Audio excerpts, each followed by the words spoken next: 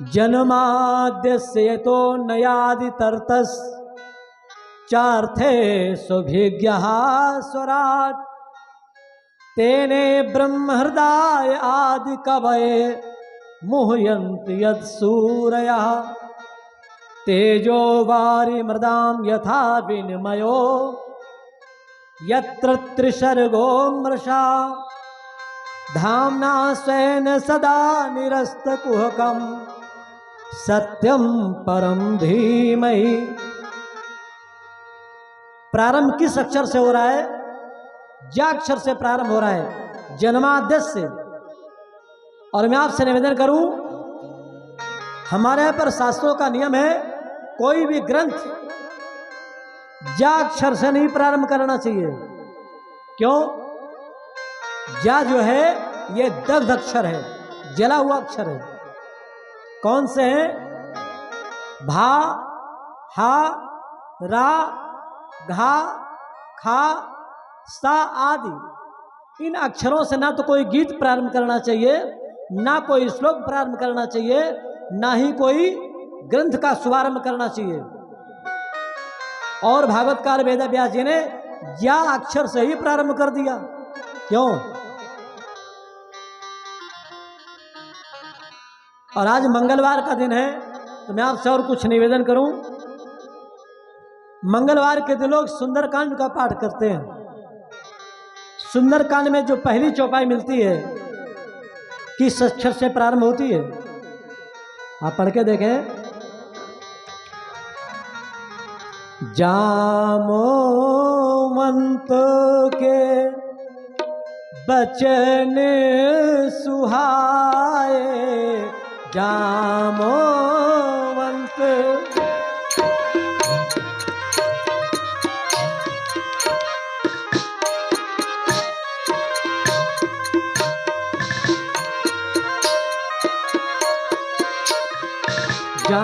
जामोवंत के बचन सुहाए, सुनी हनुमंत हृदय अति भाए, जामोवंत।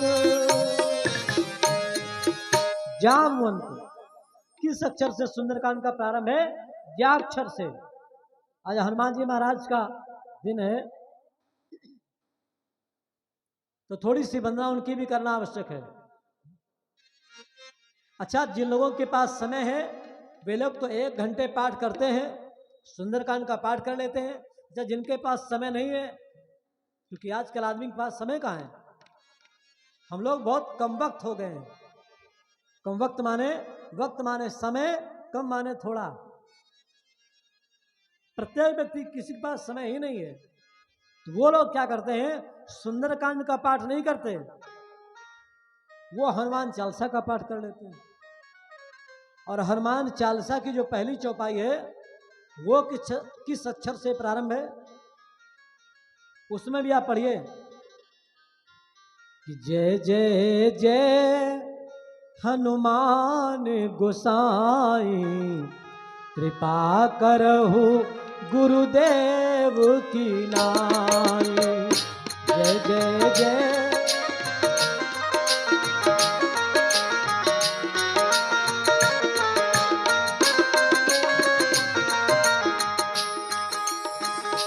जय जय जय। अच्छा, देवता लोग स्तुति कैसे करते हैं? देवता लोग स्तुति भी भगवान की करते हैं, तो आप लोग भी गाते हो क्या? जय जय सुरनायक, जन सुखदायक, प्रणति पाल भगवंता। जय जय। क्यों भाई? ज्या अक्षर से हम प्रारंभ क्यों करते हैं?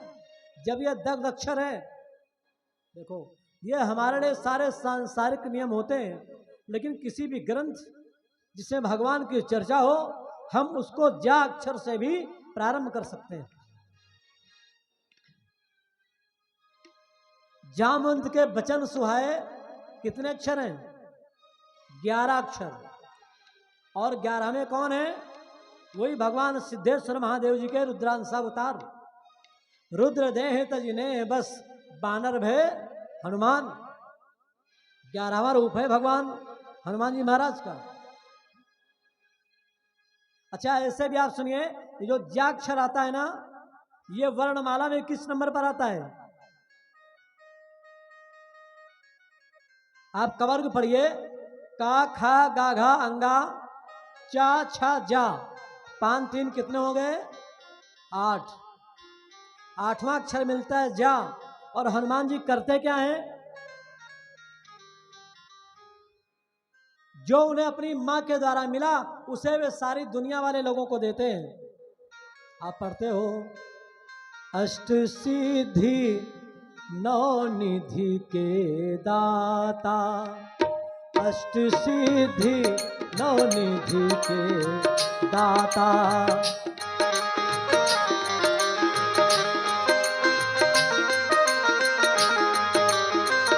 अष्ट सिद्धि नौ निधि के दाता, असबर दीन है जानकी माता, असबर जानकी माता, अष्ट सिद्धि नौ निधि के दाता। हनुमान जी महाराज अष्ट सिद्धियों को देने वाले हैं। बोलिए पवन सुत हनुमान की जय हो। यहां पर वंदना किसकी किया इन्होंने? वेद व्यास जी ने सत्यम परम धीमहि। ना तो इन्होंने भगवान शिव जी की वंदना किया, ना तो इन्होंने माता दुर्गा जी की वंदना किया, ना तो भगवान विष्णु की वंदना किया, ना तो इन्होंने भगवान कृष्ण कन्हैया की वंदना किया, ना तो इन्होंने राधा रानी की वंदना किया। सबसे पहले वंदना किसकी किया? सत्यम परम धीमहि, यानी सत्य की वंदना कर रहे हैं। क्यों भाई? अगर मान लो शंकर जी की वंदना करते ना, तो लोग कहते ये तो हमारा ग्रंथ है, ये शैव ग्रंथ है। यदि भगवान विष्णु की वंदना करते तो लोग कहते तो हमारा ग्रंथ है, वैष्णव का ग्रंथ है। यदि शक्ति की आराधना करते तो शाक्त वाले कहते हमारा ग्रंथ है। लेकिन इन्होंने सत्यम परम धीमहि, यानी सत्य की वंदना किया। अच्छा भैया, कोई दुनिया में ऐसा देवता है क्या कि जो सत्य न बोलता हो, जो सत्य पर ना चलता हो? सत्य की वंदना जिसने पर कर लिया तो सारे के सारे देवी देवताओं की वंदना उसी के अंतर्गत हो गई। किसकी? सत्य की। क्योंकि भगवान शिव जी भी सत्य पर चलते हैं। उनके लिए कहा जाता है सत्यम शिवम सुंदरम। क्यों भाई? और भगवान कृष्ण कन्हैया क्या झूठ पर चलते हैं क्या? वो भी तो सत्य का साथ देने वाले हैं। यतो धर्मस ततो जयः। जहां पर सत्य होगा प्रभु वहां पर ही रहेंगे। और हमारे यहां पर जो ब्रह्म सूत्र है, ब्रह्म सूत्र में अथातो ब्रह्म जिज्ञासा, ये प्रथम सूत्र है। यहां पर वंदना की जाती है सत्य की। और सत्य है क्या? दुनिया में जितने धर्म, तो ऐसे बहुत से धर्म हैं, लेकिन उनका जो मुख्य धर्म है, मुख्य धर्म क्या है? आप पढ़ के देखें मानस।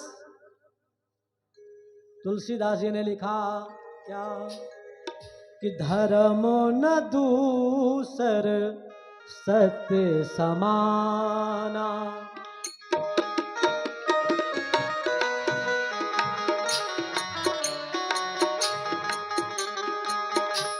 धर्म न दूसर सत्य समाना,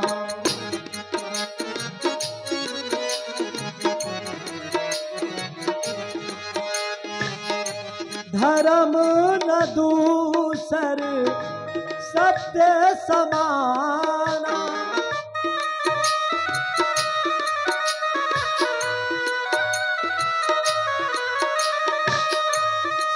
सत्य मूल सब सुकृत सुहाए, वेद पुराण विदित मनु गाए। धर्म न दूसर सत्य समाना। हम लोगों ने बचपन में एक बहुत प्रचलित दोहा पढ़ा है कि सत्य के बराबर कोई भी तपस्या नहीं है। आप एक भी पैसा दान मत कीजिए, आप कोई भी परोपकार मत कीजिए, आप जीवन में कभी गंगा स्नान मत कीजिए, कभी आप शंकर जी की पूजा मत कीजिए, लेकिन आप बस केवल सत्य बोलिए। सांच बरोबर तप नहीं और झूठ बरोबर पाप, जाके हृदय सांच है वाके हृदय प्रभु। बताइए भाई, सत्य बोलने में कोई पैसा लगता है क्या? कोई आपका धेला लगता है क्या? और मैं आपसे निवेदन करूं, कोई व्यक्ति झूठ बोलने के बाद जीवित रह ही नहीं सकता। 24 घंटे में 1-2 बार तो उसको सत्य बोलना ही पड़ेगा। कोई ऐसा व्यक्ति नहीं जो दुनिया में कह दे कि मैं 24 घंटे झूठ बोलूंगा। क्यों?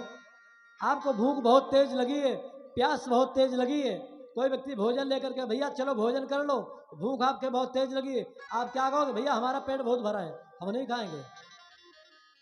सत्य तो बोलना ही पड़ेगा ना। हाँ भैया चलो जल्दी परसो। हो भाई, प्यास आपको बहुत तेज लगी है तो कोई व्यक्ति पानी लेकर के आए तो क्या आप झूठ बोलोगे हमें प्यास नहीं लगी, ले जाओ? दुनिया में कभी कोई ऐसा व्यक्ति ना हुआ है और न आगे कभी भविष्य में होगा जो व्यक्ति कह दे कि हम 24 घंटे झूठ ही बोलेंगे, सत्य नहीं बोलेंगे। इसलिए वेद व्यास जी ने सत्य की आराधना किया।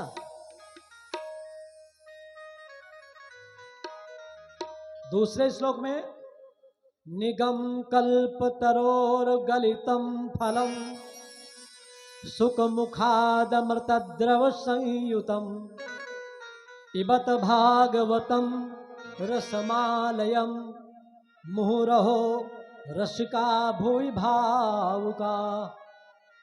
हमारे यहाँ पर लिखा गया है, यो श्रीमद् भागवत महापुराण है ना, इसको आप पीजिए, सुनिए मत। आप कहोगे आचार्य जी क्या ये चीज पीने की है क्या? कथा भी पी जाती है क्या? जी हाँ, कथा पीजिए। क्यों? खाइए मत, क्योंकि ये क्या वेद का सुंदर पका हुआ फल है और ऐसा वैसा फल नहीं। ये ऐसा फल है जिस फल में शुक ने, तोते ने अपनी चोंच मार दिया है। और तोता किसमें चोंच मारता है? उसी में मारता है जो फल ज्यादा मीठा होता है। सुखदेव जी महाराज ने 18 पुराणों में 17 पुराणों का अध्ययन नहीं किया, लेकिन इस 18वें महापुराण का उन्होंने अवश्य ही अध्ययन किया।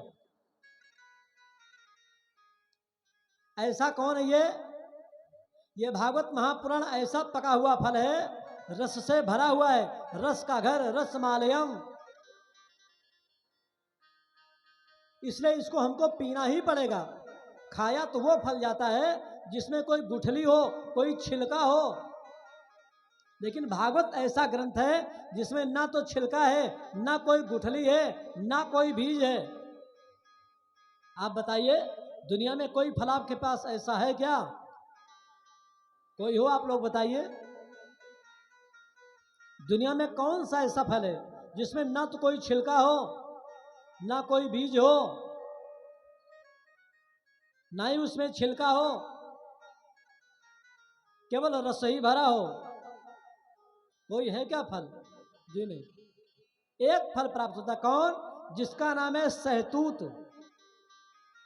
उस सहतूत में कोई छिलका नहीं होता है, आपने उसको पेड़ से तोड़ा और सीधे खा लिया। उसमें कोई बीज होता है क्या?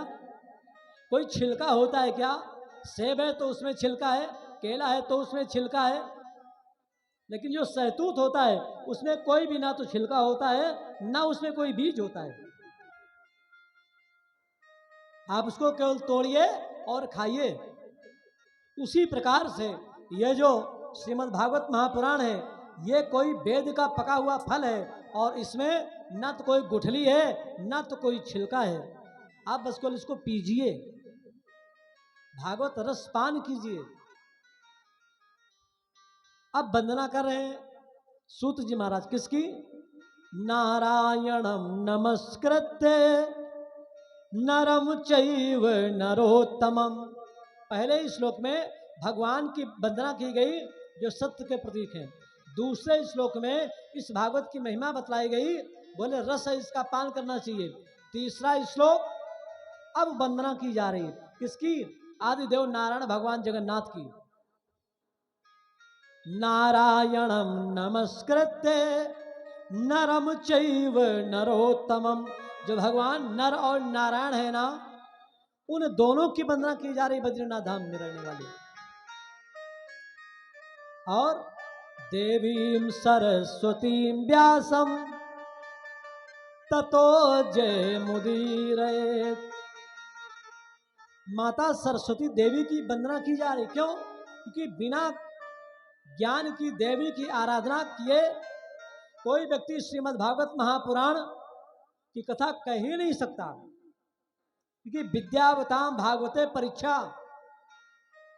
बहुत पढ़े पढ़े लिखे लोग भागवत का एक श्लोक नहीं पढ़ पाते, व्याख्या करने की तो दूर की बात, अन्य संदर्भ करनी तो दूर की बात, पढ़ तक नहीं पाते लोग।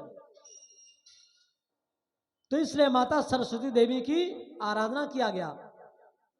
इसके बाद सूत जी महाराज ने कहना शुरू किया, मुनयः साधु पृष्ठोहम भवद्भिर्लोक मंगलम। अब हम तुमको वो कथा सुनाने जा रहे हैं, बोले जो लोक के मंगल के लिए कथा है। भागवत है क्या? पुल्लिंग है, स्त्रीलिंग है, नपुंसक लिंग है, क्या है भागवत? आप जानते हैं ये सब कुछ है भागवत। यदि आप भागवत शब्द बोलते हो ना, तो भागवत शब्द है पुल्लिंग। लेकिन जिस समय पर आप श्रीमद् भागवत संहिता कहते हो, तो ये संहिता हो जाएगा स्त्रीलिंग। जिस समय पर आप बोलोगे पुराण, तो हो जाएगा नपुंसक लिंग। यानी पुल्लिंग, स्त्रीलिंग, नपुंसक लिंग, यानी सबके द्वारा ये व्याप्त है श्रीमद् भागवत महापुराण। तो जहां पर तीनों लिंग एक साथ हो, वहां पर उस कथा को कहना साधारण व्यक्ति के वश की बात नहीं। आदिकाल की बात सूत जी महाराज ने व्यास देव जी की वंदना किया। नमोस्तुते व्यास विशाल बुद्धे फुल्लारविंदाय तपत्र नेत्र तेन त्वया भारत तैल पूर्ण प्रज्वालितो ज्ञानमय प्रदीप। भागवत ग्रंथ क्या है? देखो भाई, जो लोग दुनिया में जितनी भी कथाएं कहते हैं ना, या आप जो कुछ भी पढ़ रहे हो ना, जो कुछ आप जान रहे हो ना, ये सब कुछ व्यासो सिस्टम जगत सर्वम, सब व्यास जी का जूठन है। जो आप पढ़ रहे हो, जो आप बोल रहे हो, जो आप गा रहे हो, सब क्योंकि जो कुछ वेद व्यास जी ने लिख दिया, इसके अतिरिक्त दुनिया में कुछ है ही नहीं। सूत जी महाराज कहते हैं, जिस समय पर एकमात्र भगवान ही थे और दुनिया में कुछ नहीं था, चारों तरफ जल ही जल था, जल के अतिरिक्त दुनिया में कुछ दिखलाई नहीं पड़ रहा था, उसका नाम क्या है? नीर। नीर यानी जो निराकार भगवान है ना, वही तो नीर के रूप में भी बह रहे हैं। वही निराकार भगवान कभी निराकार बनकर के साकार रूप में हमारे आपके बीच में अपनी लीला प्रकट करने के लिए प्रकट हो जाते हैं। कभी कृष्ण कन्हैया के रूप में, कभी भगवान प्रभु श्री राम राघवेंद्र सरकार के रूप में। प्रभु ही निमित्त है, प्रभु ही उपादान है। क्या? जैसे कोई सुनार है ना, स्वर्णकार है, तो उस स्वर्णकार को कोई भी आभूषण बनाने के लिए सोने की आवश्यकता होती है। निमित्त है, नहीं होगा तो कैसे बनाएगा वो।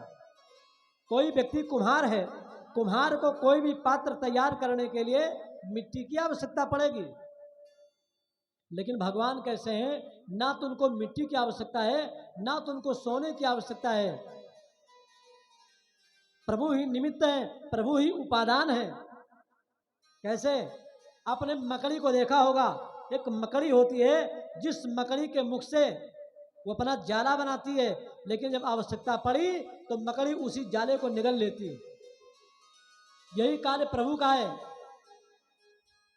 वे संसार की सृष्टि करते हैं, पालन करते हैं, और जब आवश्यकता पड़ती तो उसका संहार भी कर देते हैं। यह प्रभु का कार्य है। तो प्रभु को किसी दूसरे की आवश्यकता नहीं पड़ती। कितने अवतार हैं प्रभु के? 24 अवतार प्राप्त होते हैं। पहला अवतार नारायण जी का, दूसरा अवतार ब्रह्मा जी का, तीसरा सनकादिकों का, चौथा सूकर का, पांचवा नारद जी का, छठवां नर नारायण का, सातवां कपिल देव जी का, आठवां दत्तात्रेय जी का, नौवां यज्ञ भगवान का, 10वां ऋषभ देव जी का, 11वां पृथु जी का, 12वां मत्स्यावतार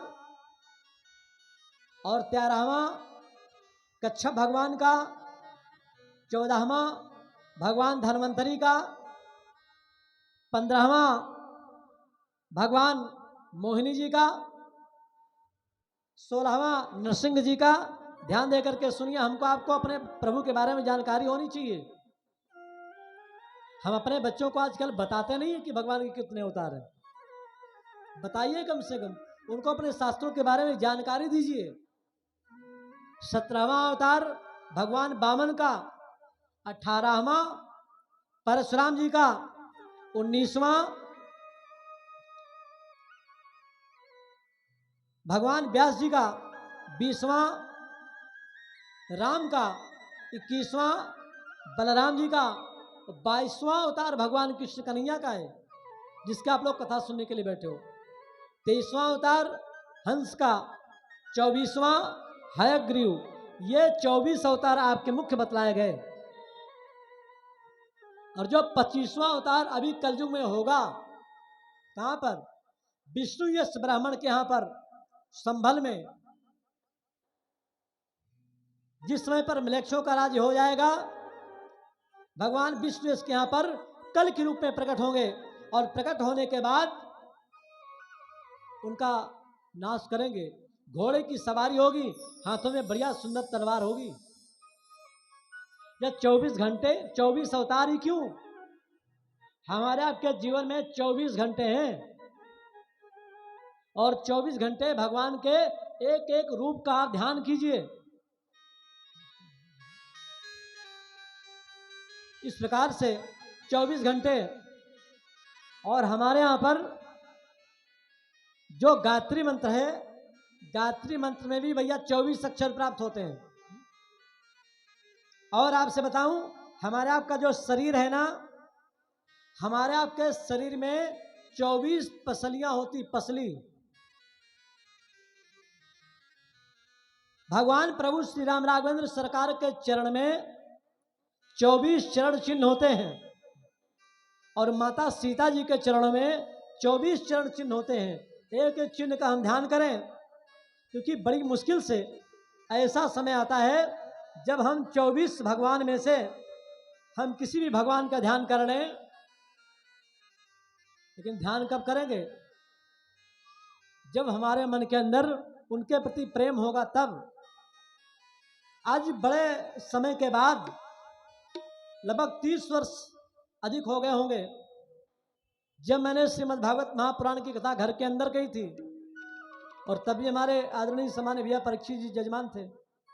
और आज 30 से अधिक वर्षों के बाद फिर पुनः अब आज कथा हो रही घर के बाहर, लेकिन शायद जितनी भीड़ घर के अंदर होती थी उतनी भीड़ आज घर के बाहर नहीं हो रही। क्यों? लोगों के पास फुर्सत नहीं।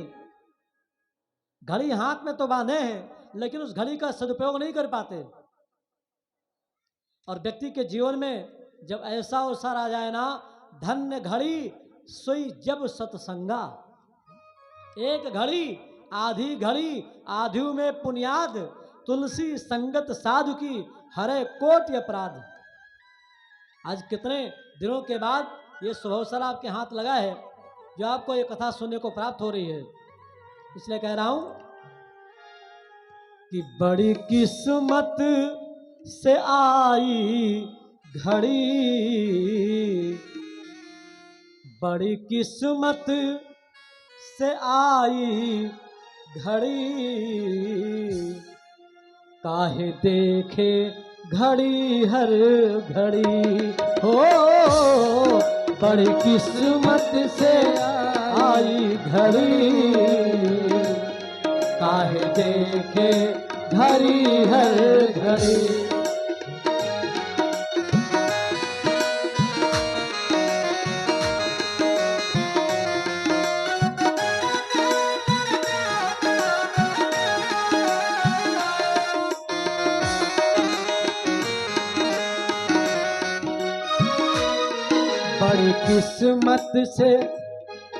बड़ी किस्मत से आई घड़ी,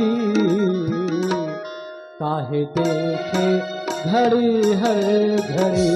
हो बड़ी किस्मत से आई घड़ी, काहे देखे घड़ी हर घड़ी। मितवा मान लो जान लो ध्यान दो, मितवा मान लो जान लो ध्यान दो। बड़ी किस्मत से आई घड़ी, काहे देखे घड़ी हर घड़ी। बड़ी किस्मत से आई घड़ी, काहे देखे घड़ी हर घड़ी। इसने कहा अरे जाने कब क्या हो कब किस घड़ी। और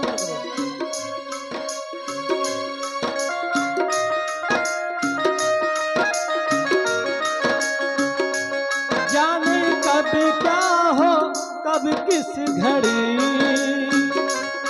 ये बताए न कोई घड़ी। जाने कब क्या हो कब किस घड़ी,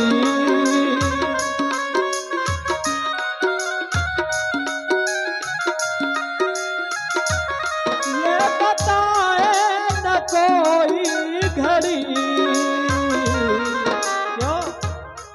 मौत है सबके सर पर खड़ी, मौत है सबके सर पर खड़ी।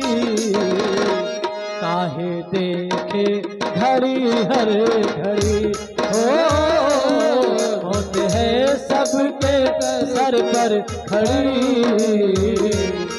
काहे देखे घड़ी हर घड़ी। मितवा जान लो मान लो ध्यान दो।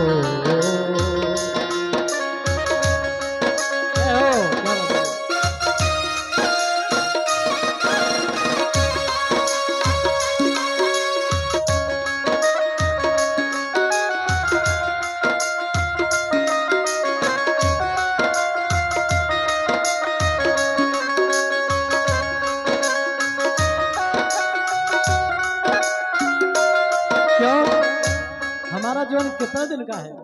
लिखा गया अरे 4 दिन का ये जीवन तेरा हो,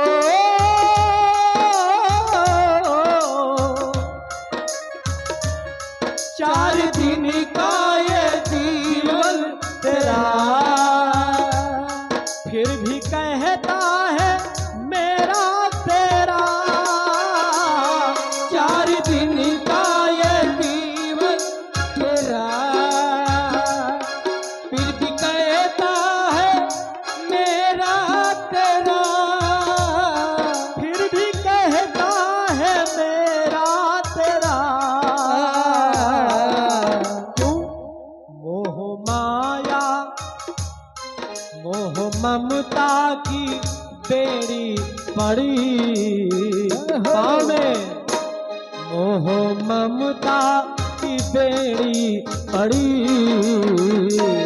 काहे देखे घड़ी हर घड़ी, हो बड़ी मुश्किल से आई घड़ी,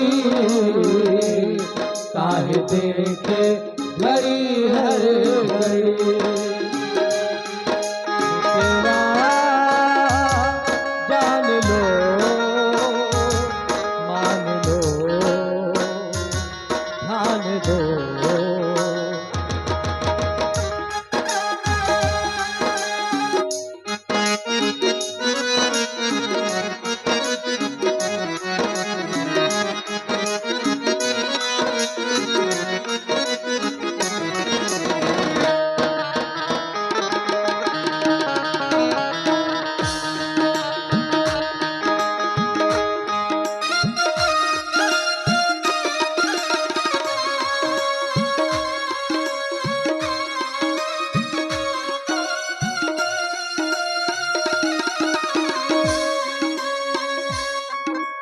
अंतिम बात सुनेगा। हम जिस पर भरोसा किए बैठे हैं, लोग समझते हैं हमारा असली साथी है, जीवन साथी है, वो कब तक आपका साथ देगा? साथ देता है कोई नहीं, साथ देता है कोई नहीं, आज अपना सगा कल नहीं, साथ देता है कोई नहीं,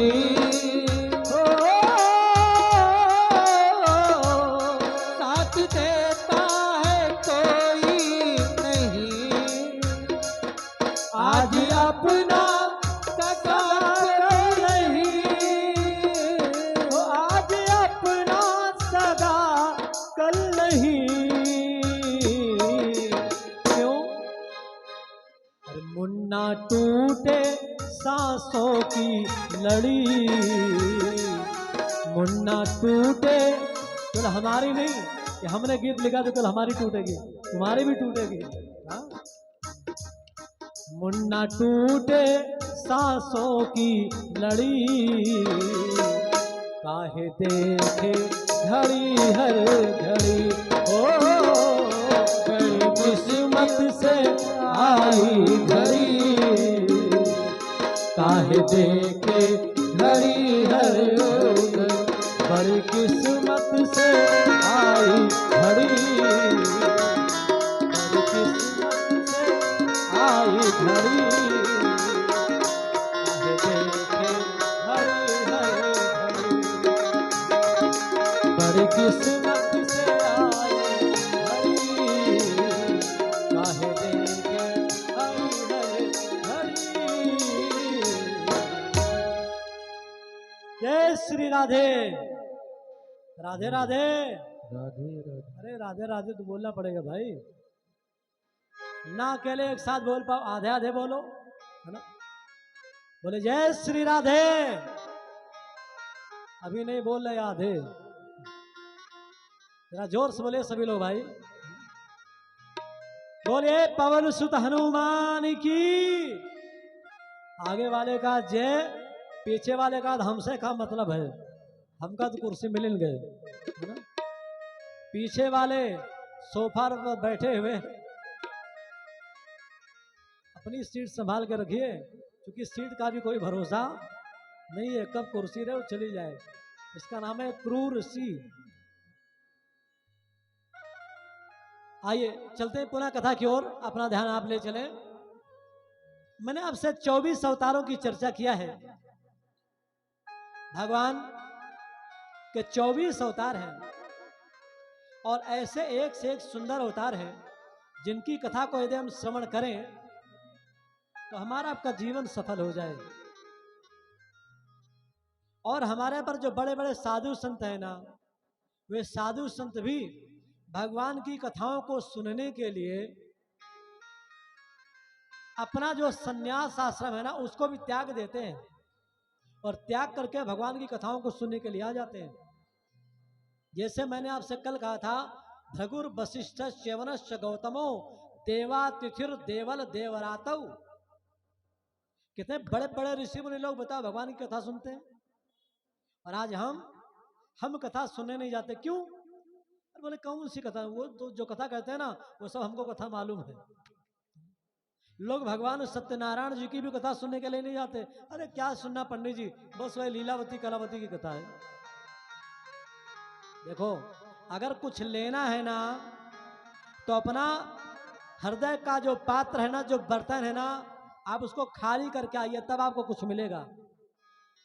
आकाश से बरसात हो रही है, लेकिन यदि आपने अपने गगरे का पात्र बर्तन ही उलट करके रख दिया है, तो उसमें एक भी बूंद जल आएगा क्या? सारा का सारा जल वो बाहर बह जाएगा। लेकिन यदि पात्र सीधा खुला हुआ मुंह रखा है आपने, तो उसके अंदर जल अवश्य में आएगा। उसी तरीके से आप अपने हृदय को निर्मल कीजिए और हृदय को बिल्कुल खाली कर दीजिए, तब उसके अंदर भगवान की भक्ति प्रवेश करेगी। जो संत लोग, जिनके लिए लिखा गया, संत भगवान कितनी देर तक किसी घर पर रुकते हैं जानते हो आप? व्यास जी महाराज लिखते हैं, सगो दोहन मात्रम ही ग्रहे सुग्रह मेधिना अवेक्षते महाभागस तीर्थी कुर्वस्तदाश्रमम्। कहां पर? जितनी देर तक किसी भी गृहस्थ व्यक्ति के यहाँ पर गौ माता का दूध दुहा जाता है ना, बस उतनी देर तक संत भगवान रुकते हैं, इससे ज्यादा नहीं। क्यों? ज्यादा रुकेंगे तो उनको भी मोह हो जाएगा, इसलिए उस स्थान को छोड़ देते हैं। इसीलिए हमारे पर लिखा गया कि संत सुखी विचरंत मही। लेकिन ऐसी जो भगवान की कथा है ना, इस कथा को सुनने के लिए जो सुखदेव जी महाराज, जिन्होंने जन्म लेने के बाद ही छोड़ दिया अपने माता और पिता का साथ, वो सुखदेव जी महाराज ने भी अपने घर से लौट करके आए, और आने के बाद इन्होंने जो है भगवान की मंगल में दिव्य कथा को श्रवण किया। सरस्वती के पश्चिम तट पर आश्रम पर, जहां पर भगवान वेद व्यास देव जी का स्थान है, वहां पर जंगल से पुनः लौट करके आए। कारण, जिस समय पर भगवान वेद व्यास जी ने सुंदर श्रीमद् भागवत महापुराण ग्रंथ की रचना किया, उस ग्रंथ की रचना करने के बाद उन्होंने सोचा ग्रंथ किसको प्रदान किया जाए। क्यों? कोई व्यक्ति उत्तराधिकारी हो, उचित उत्तराधिकारी हो, तब उसको अपना व्यक्ति भार सौंपता है। पधारिए श्री मिश्र जी, आसन ग्रहण कीजिए। जय श्री राधे।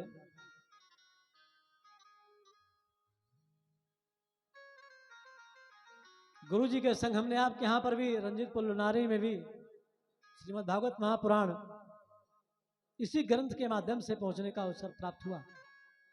कोई भी पिता अपने उचित पुत्र को ही अपना अधिकार सौंपता है, किसी अनधिकारी को नहीं। उन्होंने अपने 2 शिष्यों को तैयार किया और 2 शिष्यों को 2 श्लोक रटवाए, जिससे पर जंगल में लकड़ियां तोड़ने के लिए शिष्य जाते तो इन 2 श्लोकों का गायन करते। कौन? अहो बकीयम स्तनकालकूटम जिघांसया पाययदप्यसाधि लेभे गतिम धातृचितां ततोन्यम कम वा दयालुम शरणम ब्रजेम। मतलब इतने दयालु प्रभु हैं, इतने कृपालु प्रभु हैं, जिनको पूतना जैसी राक्षसी अपने कुचों में उलवण नाम का जहर लगा करके गई थी पिलाने के लिए, उसको भी भगवान कृष्ण कन्हैया ने उत्तम गति प्रदान किया। जो अपनी माता को देना चाहिए वो गति भगवान ने पूतना जैसी राक्षसी को प्रदान कर दिया। ऐसा दयालु ईश्वर कौन होगा? कमवा दयालुम शरणम ब्रजेम। पहला श्लोक सुखदेव जी के कानों में पड़ा। जो पेड़ के वृक्ष के नीचे बैठे हुए भगवान श्रीहरि का ध्यान लगा रहे थे, एक कान में एक श्लोक पड़ा, तब तक दूसरी ओर से दूसरा बटू, दूसरा ब्रह्मचारी जो जंगल में समुदाय एकत्रित करने के लिए गया था, लकड़ियां तोड़ने के लिए गया था, दूसरे कान में दूसरा श्लोक पड़ा। कौन? बरहा पीडम नटवर वपु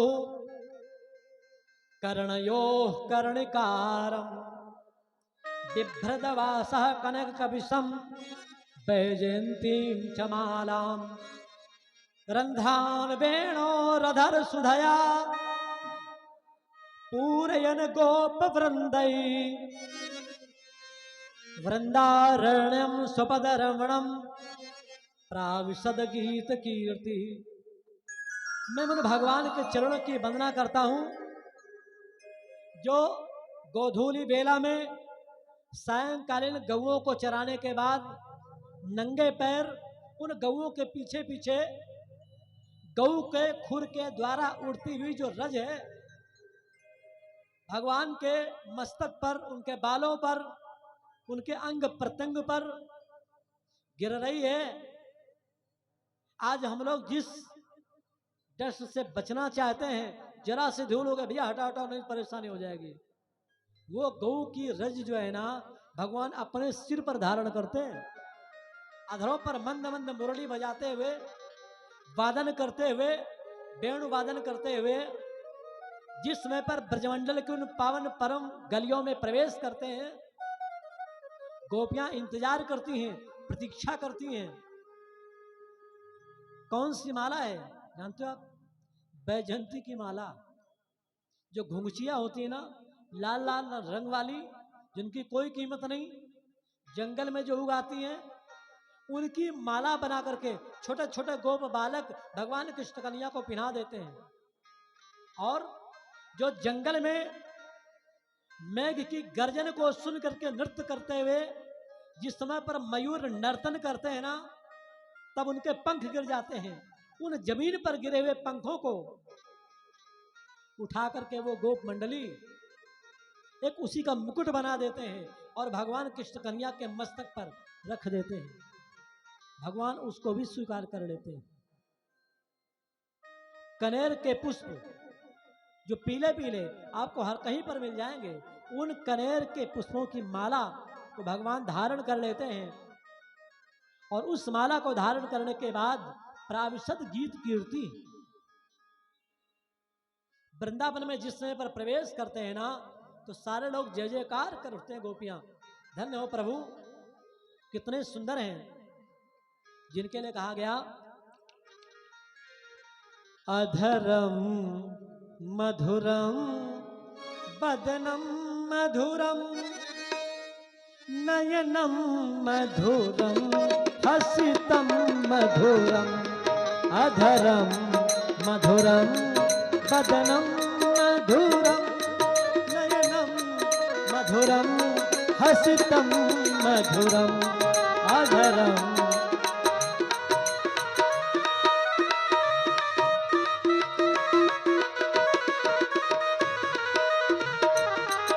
अधरम मधुरम बदनम मधुरम नयनम मधुरम हसितम मधुरम हृदयम मधुरम गमनम मधुरम हसितम मधुरम गमनम मधुरम मधुराधिपते रखिलम मधुरम हसितम मधुरम वदनम मधुरम। सभी लोग तालियां बजाएं, बढ़िया प्रेम से गाएं मधुराष्टक।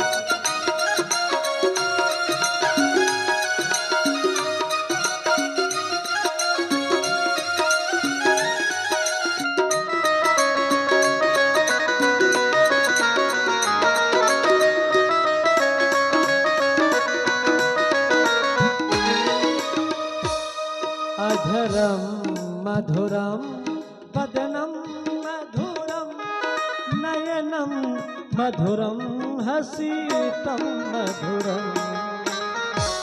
प्रभु गमन करते हैं तो भी मधुर है, प्रभु हंसते हैं तो भी मधुर है, चलते हैं तो भी मधुर है, बोलते हैं तो भी मधुर है, बदन है तो भी मधुर है, इतने मधुर है प्रभु।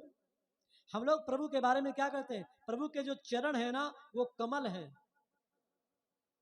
जो अधर है ना वो कमल है, नयन है ना जो प्रभु के कमल है, कर है ना कर कमल है, हृदय कमल है, मुख कमल है, अधर कमल है। नव कंज लोचन कंज मुख कर कंज पद कलजारुणम। भगवान इतने सुंदर है। और आज जो श्रीमद् भागवत महापुराण है, इस कथा का प्रारंभ ही उस महाभारत युद्ध काल से प्रारंभ होता है, जिसमें पर कौरव पांडवों ने मिलकर के द्वैत क्रीड़ा किया और द्वैत क्रीड़ा में पांडव लोग सब कुछ हार गए, कौरव दल विजयी हुआ और शर्त के अनुसार 12 वर्ष वनवास और 13वां वर्ष अज्ञातवास बिता करके जिस समय पर पांडव लोग लौटे तो दुर्योधन से कहा भैया शर्त के अनुसार अब आप हमको आधा राज्य प्रदान करें। दुर्योधन ने उनकी बात अनसुनी कर दिया तो पांडवों ने भगवान कृष्ण कन्हैया की याद किया और प्रभु आप शांति दूत बन करके जाइए हमारी ओर से, जाकर के आप दुर्योधन से हम लोगों के लिए कहिए कि वो आधा राज्य वापस कर दे। भगवान कृष्ण कन्हैया बल्लाव के भैया नंद के छैया आज जाकर के पहुंचे और जिस समय पर धृतराष्ट्र के दरबार में जाकर के पहुंचे और पांडवों के उन्होंने आधे राज्य की मांग किया, दुर्योधन ने सीधे सीधे कह दिया श्याम सुचग्रम नहीं उदास्यामी बिना युद्धेन केशव। अरे तुम आधे राज्य की मांग कर रहे हो, तुम 5 गांव की मांग कर रहे हो और मैं कह रहा हूं कि सुई की नोक के बराबर भी बिना युद्ध किए हुए मैं 5 गांव देने वाला नहीं। सोचो आप, जिसको भगवान समझावे तो साधारण व्यक्ति को तो बात ही आप छोड़ो। और एक बात आपसे निवेदन करूं भैया, जो मूर्ख व्यक्ति होता है ना और जो संख होता है ना, संख और मूर्ख ये दो व्यक्ति दूसरे के फूंकने से बचते हैं। मूर्ख को व्यक्ति जितना समझा देगा दूसरा मूर्ख उतना ही काम करेगा। संख को जब आप फूंकोगे तभी बजेगा, अपने आप उसके अंदर कोई क्षमता नहीं होती। और कभी मूर्ख व्यक्ति को समझाना भी नहीं चाहिए। क्यों? कबीरदास जी ने बहुत बढ़िया बात लिखी। उन्होंने बतलाया कि मूर्ख को समझावते तो ज्ञान गांठी का जाए और कोयला होए न उजला 100 मन साबुन खाए रे भैया 100 मन साबुन खाए।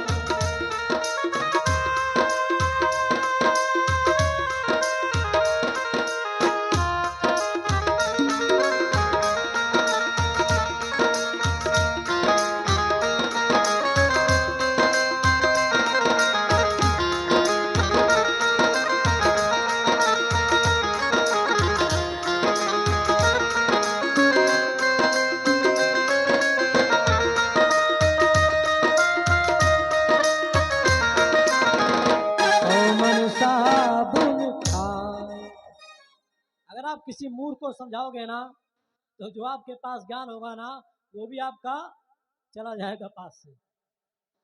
और आप कोयला को धो करके देखो, कभी कोयला उजला हो सकता है क्या? कितना बढ़िया उदाहरण दिया बाबा कबीरदास जी ने। भगवान ने समझाया लेकिन उसकी समझ में नहीं आया, और उस उल्टी खोपड़ी वाले दुर्योधन ने क्या किया, बोले कन्हैया को बंदी बना लो। सोचो आप, और जिसने पर बंदी बनाने के लिए कहा, सैनिक लोग आगे बढ़े, भगवान ने अपना विराट स्वरूप प्रकट कर दिया और इतना तेज निकला करोड़ों सूर्यों के समान कि सबकी आंखें बंद होने लगी। भीष्म पितामह ने स्तुति करना शुरू कर दिया, गुरु द्रोणाचार्य जी ने स्तुति करना शुरू कर दिया। सच्चिदानंद रूपाय विश्वोत्पत्त्यादि हेतवे तापत्रय विनाशाय श्री कृष्णाय वयम नमः, कृपाचार्य जी ने स्तुति करना शुरू कर दिया। बंसी विभूषित करा नव निर्दाभात पीतांबरा द्रोण बिंब फला धरोष्ठात पूर्णेन्दु सुंदर मुखादर बिंद नेत्रात कृष्णात परम किमपि तत्व हम न जाने। सब लोगों ने हाथ जोड़ लिया, और जब भगवान कृष्ण कन्हैया को नहीं बांध सका तो शकुनी ने इशारा किया, रे मूर्ख क्या कर रहा है तू? इनको बंदी बनाना चाहता है जिन्होंने सारे जगत को अपने बंधन में बांध रखा है। जल्दी से अपनी गलती की क्षमा मांग। तो दुर्योधन ने हाथ जोड़े, भगवान ने धीरे धीरे अपना स्वरूप शांत किया, क्रोध शांत किया। तो दुर्योधन ने चालाकी दिखाया। क्या चालाकी दिखाया? उसने कहा, श्याम चलो अच्छी बात है, आप आ गए हमारे यहां पर, आपका स्वागत है, लेकिन आपके लिए मेरी माता जो गांधारी है ना, गांधारी ने आपके लिए बढ़िया 56 प्रकार के व्यंजन तैयार किए। सोचो कितना मूर्ख व्यक्ति सोच रहा है, जंगल में अहीर जाति के लोग भटकने वाले, गवों के पीछे नाचने वाले, कभी इन्होंने 56 व्यंजन देखे नहीं होंगे। बोले चलो, चल करके हमारे घर में माता ने आपके लिए व्यंजन तैयार किए, आप चल करके व्यंजन खाओ। भगवान ने बहुत बढ़िया बात की। भगवान ने कहा, सुनो दुर्योधन, भोजन 2 ही तरीकों में किया जाता है। कौन? एक तो व्यक्ति के ऊपर कोई आपत्ति पड़ जाए, विपत्ति पड़ जाए, व्यक्ति के पास खाने पीने के लिए व्यवस्था ना हो, तब हम किसी के यहाँ पर भोजन मांग करके कर ले, भोजन कर ले। या आपके हृदय के अंदर बहुत बड़ी प्रीति हो, आप हमसे प्रेम करते हो, तब मैं आपके यहाँ पर खा सकता हूं।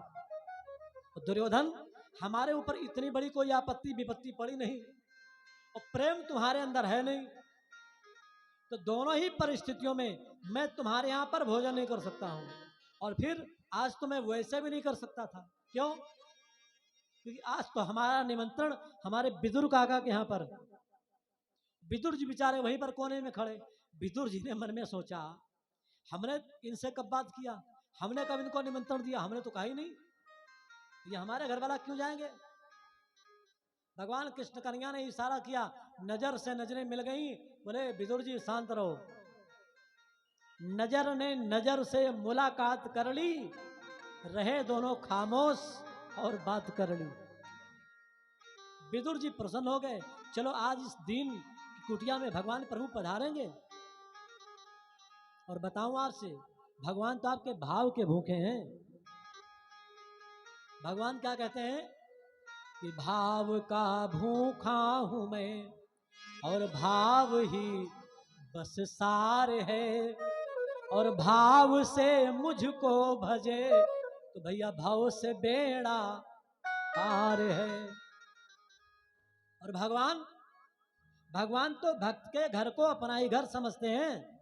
देखो भाई, कोई व्यक्ति जाता है अभाव में, कोई व्यक्ति जाता है प्रभाव में कि भैया बहुत बड़े आदमी चलो, अरे नहीं जाएंगे तो नाराज हो जाएंगे। कोई व्यक्ति जाता है अभाव में, आज हमारे पास खाने के लिए कुछ नहीं तो चलो बहुत बड़े आदमी थोड़ा चल के मांग ले। कोई व्यक्ति जाता है अभाव में, कोई व्यक्ति जाता है प्रभाव में, बहुत बड़े आदमी अगर नहीं जाएंगे तो बुरा मान जाएंगे। कोई व्यक्ति जाता है अभाव में, कोई व्यक्ति जाता है प्रभाव में, कोई व्यक्ति जाता है भाव में, लेकिन भगवान जाते हैं अपने स्वभाव में। जहां पर भगवान को भाव प्राप्त हो जाए, ये हमारा भक्त है, भावग्राही जनार्दना लिखा गया हमारे शास्त्रों में। भाव बस भगवान सुख निधान करुणा भवन तज ममता मधमान भजिए सदा सीतारमन। भगवान तो भाव के बस में है। भगवान यहां से चल पड़े और कहां पर जाकर के पहुंचे? विदुर जी महाराज के यहां पर, जहां पर एक बढ़िया सुंदर छोटी सी कुटिया है। उसी कुटिया में विदुर जी की पत्नी, जिनका नाम था सुलभा, जो श्रापवश आकर के धर्मराज थे, ये यमराज थे, लेकिन आज विदुर जी के रूप में अवतरित हुए। क्यों? एक ऋषि थे जिनका नाम था, बहुत अच्छे ऋषि थे, और इन्होंने उनको दंड दे दिया। और जिसने पर दंड दे दिया तो सब पर इन्होंने इनको भी श्राप दे दिया। अरे 5 वर्ष के बालक के अंदर कोई सोच समझ नहीं होती है, और तुमने मुझे सूली का दंड दे दिया। तो जाओ, जाकर के 100 वर्षों के लिए जो है तुम मनुष्य योनि को प्राप्त करो। उन्हीं मांडव ऋषि के कारण 100 वर्ष के लिए विदुर जी के रूप में धर्मराज जी ही प्रकट हुए। भगवान कहां जाएंगे? जहां पर धर्म होगा वहां पर। सब कुछ तो था दुर्योधन के पास। 18 क्षौणी सेना, जिन्होंने महाभारत में युद्ध किया। 11 क्षौणी दुर्योधन के पास, 7 अक्षौणी पांडवों के पास, लेकिन भगवान ने 5 पांडवों का साथ दिया और 100 कौरवों का साथ नहीं दिया। क्यों? क्योंकि यतो धर्मस ततो जया। जहां पर धर्म होगा भगवान वहीं पर जाएंगे।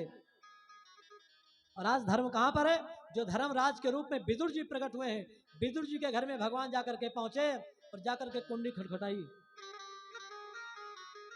इधर जब विदुर जी को पता लगा कि भगवान हमारे घर आएंगे, तो विदुर जी ने सोचा कन्हैया को माखन बहुत प्रिय है, इसलिए लाओ थोड़ा मैं बाजार चला जाऊं, थोड़ा सा मिश्री ले आऊं, माखन ले आऊं, केला खरीद लाऊं, सेब खरीद लाऊं, क्योंकि बड़े व्यक्ति का स्वागत भी तो अच्छे ढंग से करना चाहिए। देव भूत्वा देवम यजेत, जैसा देवता हो वैसी उसकी पूजा करनी चाहिए। जैसे भगवान विष्णु हैं, तो आप भगवान विष्णु की पूजा आप 1 लोटा जल से नहीं कर सकते हो। 1 लोटा जल से आप केवल भगवान शिव की ही आराधना कर सकते हो, क्योंकि जलधारा शिव प्रिया। लेकिन जब भगवान विष्णु की आराधना करनी है ना, तो आपको बढ़िया स्वर्ण प्रतिमा बनानी पड़ेगी, बढ़िया सोने के द्वारा उनका श्रृंगार करना पड़ेगा। जैसा देवता होता है वैसे उसकी पूजा की जाती। तो विदुर जी तो चले गए बाजार, लाओ थोड़ा माखन मिश्री खरीद लाऊं। और यहाँ पर भगवान जाकर के पहुंचे विदुर जी के कुटिया में। उन्होंने कुंडी खटखटाई। उनकी पत्नी सुलभा स्नान कर रही थी। जैसे भगवान ने आवाज लगाई, काकी ओ काकी, जैसे भगवान की मधुर आवाज कान में पड़ी ना, तो काकी तो बेचारी भूल गई सब कुछ, और वैसे भाग पड़ी। जाकर के दरवाजा खोला तो जो इतनी गरीबी की अवस्था में जो वस्त्र था, वस्त्र तन से दूर जाकर के गिरा। आकर के जैसे दरवाजा खोला, प्रभु का दर्शन किया। भगवान ने कहा, अरे ये तो जैसे मेरी द्रौपदी बहन है। अपना पीतांबर उतारा और पीतांबर उतार करके उड़ा दिया अपनी काकी जी को। तो बेचारी नाचने लगी। आप लोग भी थोड़ा गाओ।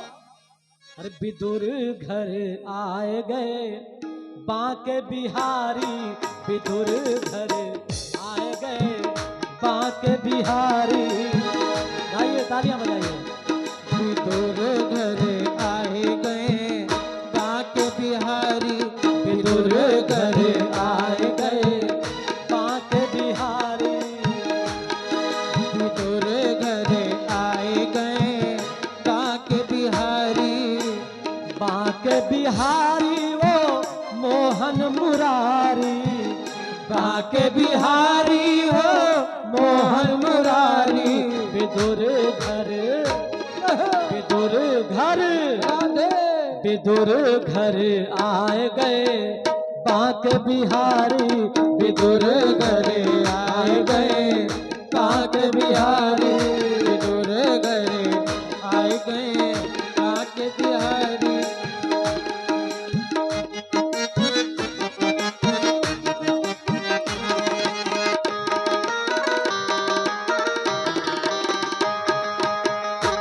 क्या?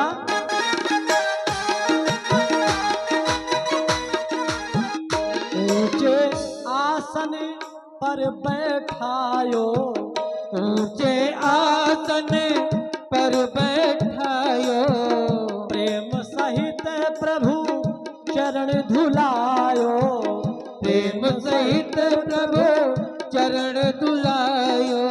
अब हमारे यहाँ पर आगतम स्वागतम सारम, पहले कोई व्यक्ति आता था ना तो सबसे पहले हमारे पर आए हुए व्यक्ति के पैर धोए जाते थे, नियम बदल गया। दूसरा, हम उसके हाथ धुलवाते थे।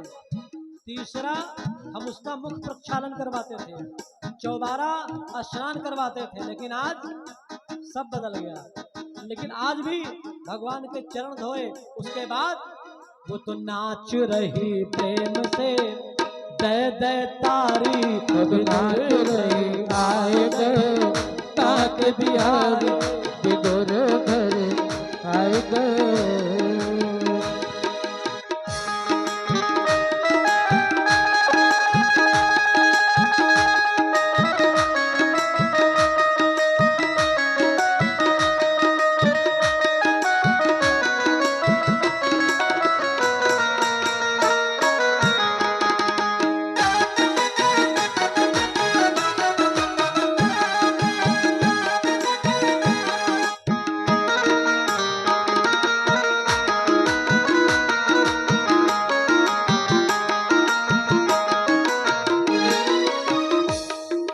बात सुनेगा।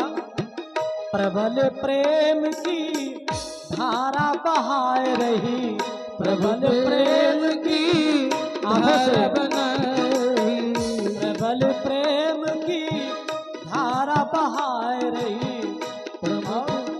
घर में खाने के लिए कुछ नहीं, आप लोगों ने देखा होगा आज भी लोग घरों के अंदर केले का पेड़ लगा रहते हैं। गई जल्दी से केला तोड़ लाई, केला छीला, गूदा बाहर फेंका और छिलका दिया, ले खाओ।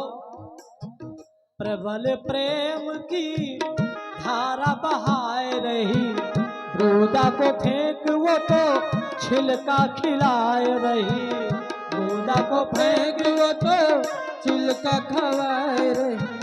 और भगवान अभी खाते चले जा रहे हैं। क्या बोले? अरे स्वाद बढ़ो आए रहो, बोले बिहारी, हाँ स्वाद